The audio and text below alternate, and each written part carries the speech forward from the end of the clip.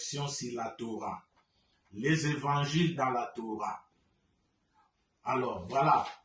Dans peu de temps, le Rav Meloul va nous expliquer cette notion de la lèpre, cette maladie de la lèpre, où on le voit dans la Torah et repris aussi dans les évangiles par Yeshua. Yeshua parle de la lèpre, des lépreux. Mais cette notion se trouve déjà dans la Torah. Alors, cette maladie, l'origine de cette maladie, c'est quoi? C'est la shonara. La shonara qui veut dire mauvaise langue. Chez nous, c'est traduit par la médisance. Voilà, la médisance, hein, c'est la source de tout le mal, de tous les conflits dans ce monde, familiaux, communautaires, tous les conflits, des cassures que nous voyons dans nos amitiés partout, c'est à cause de la médisance. Mais écoutons maintenant l'explication dans la source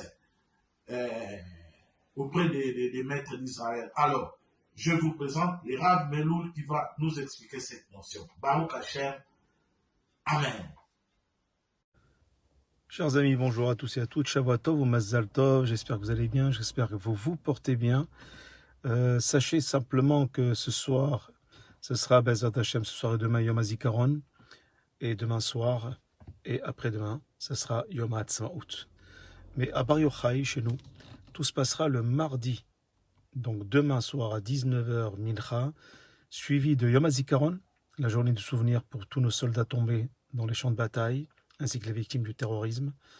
Et juste après Arvit, lorsque la soirée arrivera, on aura bien entendu Yom HaAtzmaut, la fête de l'indépendance de l'État d'Israël, les 75 ans d'Eretz Israël.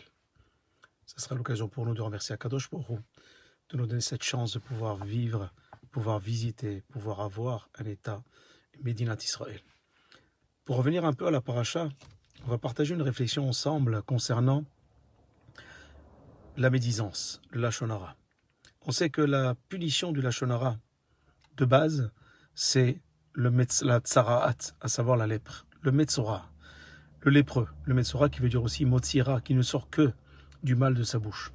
Un homme qui a un regard négatif sur la vie, un homme qui a toujours on va dire une mentalité négative, un caractère négatif de base, donc ce qu'il vit, il va le transposer sur l'autre, le regard qu'il a sur lui, il l'aura sur les autres.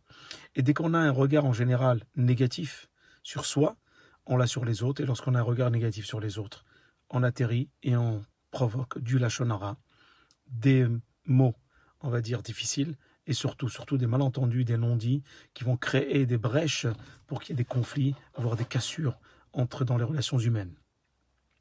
Mais encore, on voit que dans la Torah, que celui qui est frappé de lèpre, c'est vraiment la médisance. Mais pourquoi? Pourquoi frapper de lèpre? Pourquoi aujourd'hui, on sait que pratiquement tout le monde dit du lashon hara sans s'en apercevoir, parce que c'est dur de se taire, c'est dur d'éviter.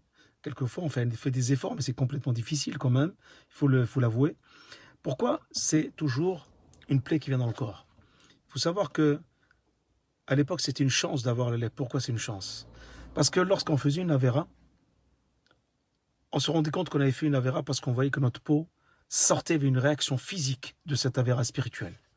C'est-à-dire que le physique et le spirituel étaient complètement connectés. Ça veut dire que la personne était tellement kadosh, tellement sainte, que lorsqu'elle disait quelque chose de mal, alors le mal sortait, il ne pouvait pas rester dans son corps parce que son corps était saint. Il était kadosh. Donc il savait, d'une manière vraiment, on va dire, sûre et certaine, qu'il devait faire tchouva. Donc il se mettait en quarantaine, il se remettait en question, il réfléchissait sur lui-même et la relation qu'il doit avoir avec l'autre. Et à ce moment-là, il faisait tchouva. Et le Kohen venait observer que la plaie avait disparu et réintégrer son domicile. Mais avant cela, il amenait un korban et il allait au mikvé. Mais aujourd'hui, on a beau dire du lashon hara, on est frappé de rien du tout. Pourquoi? Parce que notre corps est imbibé de averot. Quelquefois, il n'a pas cette kedusha là. On ne lui a pas donné cette kedusha. Et donc, il ne peut rejeter la avera. Pourquoi? Parce que malheureusement, le niveau de Torah a baissé.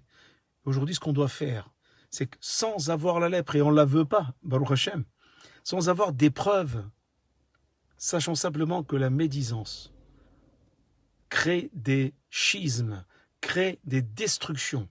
Parce que ce qui vient avant, les 3 péchés capitaux qu'on appelle Avodah Zara, Shfirut Damim et Arayot, à savoir l'idolâtrie, le meurtre et l'adultère, avant, c'est ce qui est plus grave que les 3 réunis, c'est le Lachon Hara, c'est la médisance, parce que c'est elle qui est la mère de toutes les haines, de toutes les cassures, de tous les conflits qu'il peut y avoir dans les familles, dans les communautés, dans le peuple, et qui provoque la destruction du premier et du deuxième temple, des destructions de tellement de communautés jusqu'à aujourd'hui.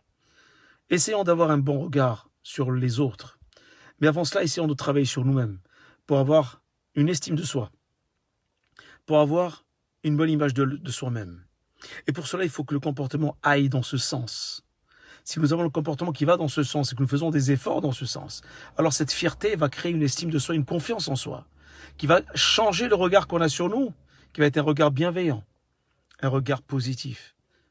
Et automatiquement, on l'aura aussi pour les autres. Et donc, on l'aura pour les autres. Alors, on pourra sortir que de belles paroles bienveillantes, sereines et positives. Et à ce moment-là, on créera une unité.